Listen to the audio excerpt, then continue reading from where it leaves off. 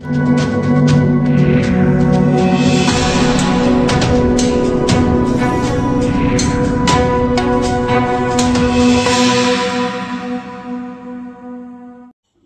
बाग में हुई महिला की हत्या की वारदात को सुलझाते हुए 3 आरोपियों को गिरफ्तार किया गया है। आरोपियों ने 10 जनवरी की रात करीब 11 बजे हत्या की वारदात को अंजाम दिया था। महिला के पति की भी शालीमार बाग इलाके में 2-3 साल पहले गोली मारकर हत्या कर दी गई थी। शालीमार बाग में जो 10 जनवरी को सेंसेशनल मर्डर और ब्लाइंड केस था, उसके सॉल्विंग के बारे में बताएंगे। ये केस बहुत ही कहते हैं कि आजकल सीसीटीवी फुटेज भी है, सब कुछ है, उसके बावजूद ये एक्चुअल में बहुत ही कठिन केस था, क्योंकि इसमें जो तार जोड़े गए वो बहुत दूर दूर से तार जोड़े हुए और क्रिमिनल्स ने पूरी सावधानी बरती थी कि कहीं पे कोई सुराग ना बचे। हालांकि शक भरत यादव पे शुरू से था कि क्योंकि इनका पुराना डिस्प्यूट था, बट उसका पिछले 2 साल से अता पता नहीं था। वो 2 साल से बिहार में रह रहा था, जो अब हमें पता चला जब हमने उसको वहाँ से गिरफ्तार किया। तो उसने ये सारी कॉन्स्पिरेसी रची। इसमें खास बात यह है कि 2023 में भी एक मर्डर हुआ था, जिसमें विजेंदर नाम का शख्स की हत्या हुई थी, और उससे पहले एक अटेम्प्ट टू मर्डर हुआ था, जिसके अंदर इसके भरत के भाई के ऊपर अटैक हुआ था। तो ऐसी इनकी कई साल पुरानी राइवलरी हिस्ट्री है। विजेंदर के ऊपर भी लगभग 1 दर्जन केस है, और भरत के ऊपर अब ये दूसरा केस हो गया। एक पहले मर्डर था और अब ये दूसरा। तो 10 तारीख को जब ये शुरुआत होती है, जब सुबह सुबह 10:30 बजे जो विक्टिम है वो कहीं शोक सभा से आती है अपने घर के बाहर, और मोटरसाइकिल पे ये 2 लड़के आते हैं और शूट करके चले जाते हैं। उसके बाद हमने हमारे जॉइंट सीपी नॉर्दर्न रेंज के अंदर additional CP Visham Singh north west के, और कुछ हद तक एडिशनल सीपी रोहिणी राजीव रंजन, उनके स्टाफ ने भी इसमें योगदान दिया, और बहुत सारी टीमें बनाई गई। उसको सीसीटीवी को भी चारों तरफ से ट्रेल किया गया, आगे बैकवर्ड लिंकेजेस, फॉरवर्ड लिंकेजेस, वहाँ पे जो टेक्निकली फ़ोन जो उस समय मौके पे थे उनको सबको खंगाला गया, और काफ़ी मशक्क़त के बाद इसमें फाइनली हम लोग टेक्निकली इस मुकाम पे पहुँचे कि शूटर को हम आइडेंटिफाई कर पाए। शूटर ने तब से अपने फ़ोन वोन सब ऑफ कर रखे थे, और ये हमें ज़रूर पता चल गया कि हरियाणा पानीपत से गांव से है, बट उसका लोकेशन फाइंड आउट करने में फिर समय लगा, क्योंकि इसने उसको वहाँ बिहार में बुला लिया था। और कल जब फाइनली हमारी जो टीम्स थी नॉर्थ वेस्ट स्पेशल स्टाफ की, वो जब गई तो पहले भागलपुर पोजीशन थी, फिर कटिहार में जाके फाइनली जंगल में एक हट से इनको पकड़ा गया, और उस जंगल में काफ़ी मशक्क़त करनी पड़ी। सीआरपीएफ वगैरह वहाँ पे थी, और लोकल पुलिस को भी ग्रुप में रखा गया, और फिर कल रात में इनको वापस लाया गया।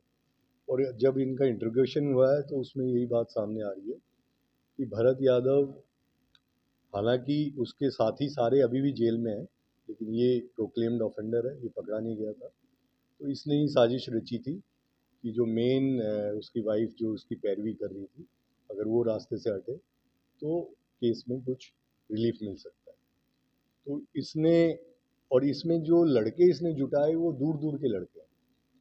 मतलब एक वहाँ पे हरियाणा में कोई फार्म है, कोई किसान है, मशरूम फार्मिंग करता है, उसके मार्फत जो मेन शूटर है निखिल के तक गया।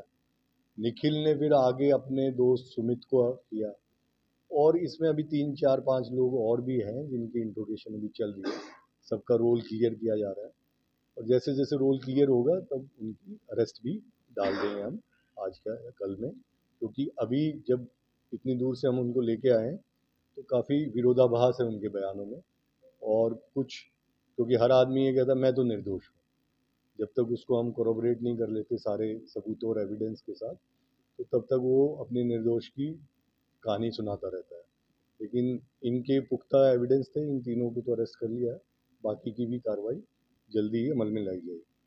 तो इस केस में कोऑर्डिनेशन बहुत ज़बरदस्त रहा है कि एक टीम ने टेक्निकली उस नंबर को निकाला और उस आदमी की शिनाख्त की, दूसरी टीम ने वहाँ जाके बिहार में इतनी अच्छी रेड की और पहले ही दिन, वरना इतनी दूर जब आप जाते हो तो बहुत कम चांस होता है कि पिन पॉइंट जंगल में जाके किसी आदमी को रातों रात उठा के ले आए, तो वो भी बहुत ज़बरदस्त काम है।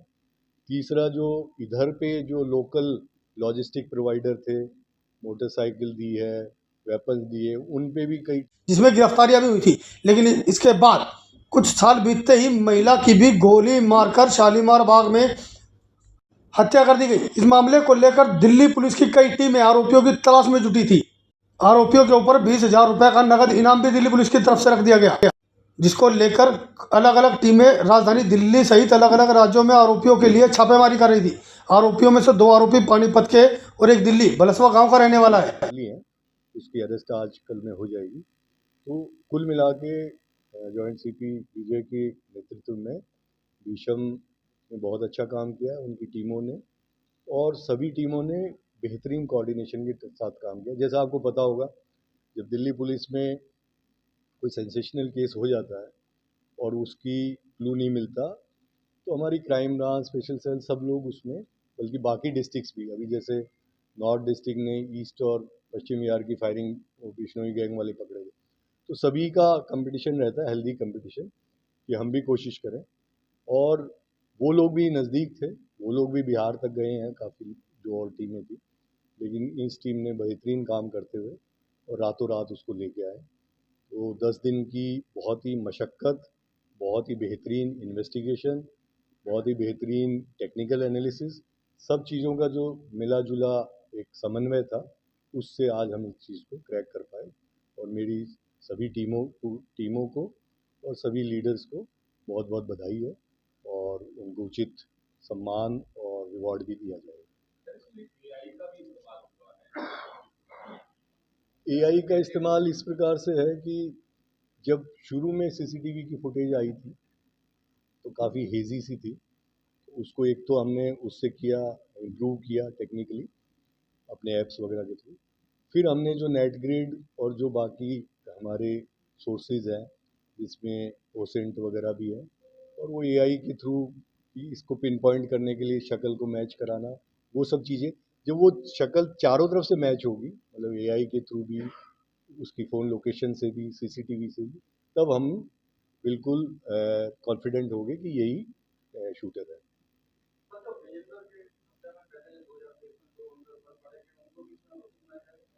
अभी देखिए, मैं इसीलिए मैं आपको कह रहा हूँ, क्योंकि वो अंदर हैं, कॉन्स्पिरेसी में हो सकता है किस किस का रोल निकल के आएगा। 3-4 लड़के तो ऑलरेडी हमारे पास हैं जिनको हम पूछताछ कर रहे हैं, इन 3 के अलावा। एक संजू भी है, 3-4 लोग हैं।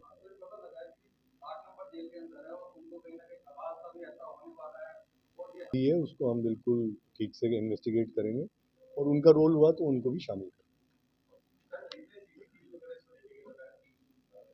ज़्यादा ही है, 300 से ज़्यादा ही है, क्योंकि आप देखो पूरा रोहिणी के यूईआर के पास मोटरसाइकिल मिली है, तो वो गई है इधर से घूम के, तो वो सारा ट्रेल जहाँ से आई थी पानीपत की तरफ से ये लोग गए हैं, तो वो सारा हरियाणा का पूरा और कई स्टेट्स में और भी हमने रेड डाली इनको ढूंढने के लिए। 5-6 स्टेट्स में हमारी टीमें गई, तो सीसीटीवी भी है, ऐसे ही मोबाइल नंबर भी कोई हज़ारों खंगाले गए, और सभी टीमों ने अलग अलग अपने खंगाले। तो फिर बाद में एक टीम ने पहले निकाला, फिर दूसरी टीम का भी उससे कोरोबरेट हुआ, तो हम लोग निश्चित हो गए कि यही है।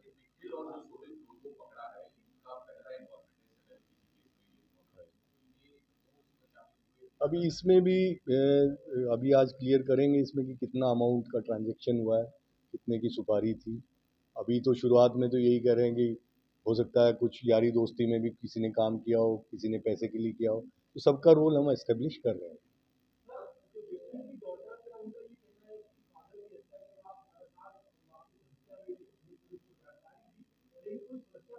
वो देखिए, वो जो था 2023-24 में ऐसी चीज़ें हुई थी, और उस समय एक्शन भी लिया गया था, लेकिन हाल फिलहाल में 1-1.5 साल से ऐसा लग रहा था कि कुछ इस तरह का डेवलपमेंट नहीं हुआ, तो उस चीज़ों को भी हम देख रहे हैं, अगर उसमें कोई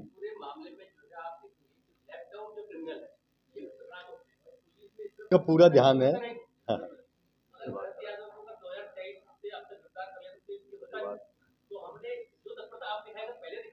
हाँ बिल्कुल, आपसे आपकी बात का मैं जवाब दे रहा हूँ। हर मीटिंग में, चाहे वो डीसीपी की क्राइम रिव्यू मीटिंग है, सीपी साहब की पूरे दिल्ली की मीटिंग है, लेफ्ट ओवर क्रिमिनल्स का हिसाब लिया जाता है। अब लेफ्ट ओवर क्रिमिनल के ऊपर क्या एफर्ट किए गए डिस्ट्रिक्ट ने, उसके ऊपर स्पेशली स्पेशल स्टाफ एटीएस वगैरह को लगाया जाता है जब वो थाने से नहीं पकड़ा जाता। और ये बात इसमें जो भरत वाली बात है, मैंने शुरू में भी आपको कहा था कि ये बिहार में कहीं भी किसी जगह 5-7 दिन से ज़्यादा रुका नहीं, और रुका भी है तो कहीं जंगल में, खेत में, नदी किनारे, उस तरह से ये चलता रहा है। अगर ये इस तरह से रडार पे नहीं आया, और इसमें ठीक है बहुत सारे क्रिमिनल्स हैं जो लेफ्ट ओवर अभी भी बचे हुए हैं, तो वो निरंतर एक एक्सरसाइज है, उसको हम ये नहीं कह सकते कि आज के दिन कोई लेफ्ट ओवर नहीं बचा। तो वो हम लगे रहते हैं, वो भागते रहते हैं, तो ये पुलिस और चोर का तो ये चलता रहता है। ये रंजिश थी, प्रॉपर्टी के ऊपर एक कोई 200-250 गज का प्लॉट है वहाँ पे, कोई कट्टे वाला मंदिर के सामने, उसके ऊपर ही पहले के जो 2-3 केस हैं उसके ऊपर भी वो था। और वो रंजिश के अलावा इनका वैसे भी एक वो रहा है कि जो पहले रचना के जो हस्बैंड है उसके ऊपर भी करीब 10 केस हैं, और यूपी, उत्तराखंड और दिल्ली वगैरह में है। तो इसको जो अभी इंट्रोगेट कर रहे थे, अब इसमें कितनी सच्चाई है वो देखनी पड़ेगी। ये बोलता है कि हमने उसको इसलिए मारा था विजेंद्र को क्योंकि हमें डर था कि वो पहले हमें मार देगा, जो एक्चुअली बदमाशों में कई बार होता भी है कि हम नहीं मारेंगे तो वो मार देगा। तो इसका ये कहना है, बाकी देखते हैं जो सही हो। ठीक है।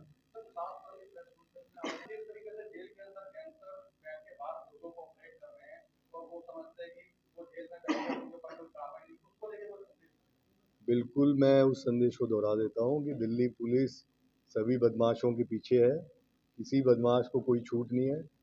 दिल्ली पुलिस हमेशा से बदमाशों का एक टेरर रही है, और अब जिस प्रकार का समन्वय district police, special cell, crime branch में आपने पीछे देखा होगा, बहुत सारे गैंगस्टर्स और उनके शूटर्स एसोसिएट्स के खिलाफ एक्शन लिया गया, और अब ये निरंतर उनके ऊपर एक हम दबाव बनाए हुए हैं, उनके फाइनेंसर वगैरह को। पीछे आपने देखा होगा काफ़ी दिन से कॉल भी कम हुई है एक्सटॉर्शन की, और मुझे ये विश्वास है कि हम सारे मिल के काम करेंगे तो जल्दी ही गैंगस्टर्स का दिल्ली से हम सफाया करेंगे। आरोपियों के पास से वारदात में इस्तेमाल एक बाइक, एक i10 ग्रैंड कार बरामद की गई है। आरोपियों के पास से जो बाइक बरामद की गई है वह सुभाष पैलेस थाना इलाके से चोरी की गई थी।